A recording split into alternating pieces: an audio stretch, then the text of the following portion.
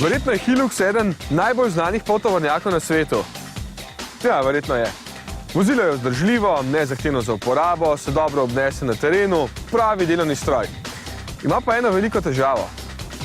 Konkurenco. Včasih jih je bilo na trgu le nekaj, no, vsaj pri nas. Zdaj pa jih ima že veliko znamk in nekateri so res odlični. Zakaj torej Hilux? Oblika ni nič posebnega. Sicer izgleda robustno, ampak precej zadržano.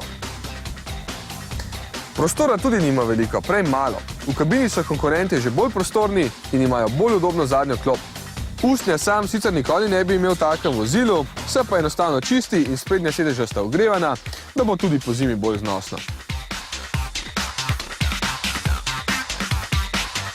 Plastika je cenena, ampak ker gre za delovno vozilo, to niti ni pomembno. Moti pa, da pri slabih 30 tisoč kilometrih, kolikor jih ima tale testni Hilux, občasno že konkretno škripa. Za razliko od konkurence ima še vedno klasično mehansko ročico, s katero preklopite iz zadnjega pogona na štirikolesni oziroma naprej v reduktor. Samodejni menjalnik pa ima le 5 prestav in zelo staro zasnovo. Ne morete sami prestavljati oziroma lahko, če greste takole po prestavah.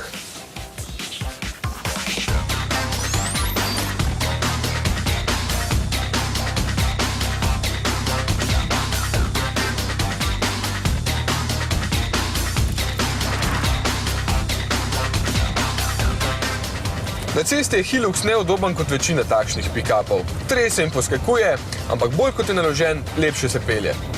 Zadaj so pač listnate vzmeti, zato pa nosilnost znaša 700 kg. Ko se zapeljete na takšno cesto, pa vse te prednosti pridejo do izraza.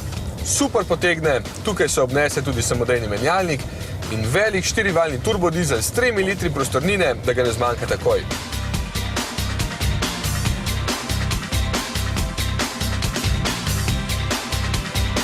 Spet pa nima nobenih posebnih pomagal, recimo za spuščanje po klancu, tako da se boste zanesli bolj kot ne nase.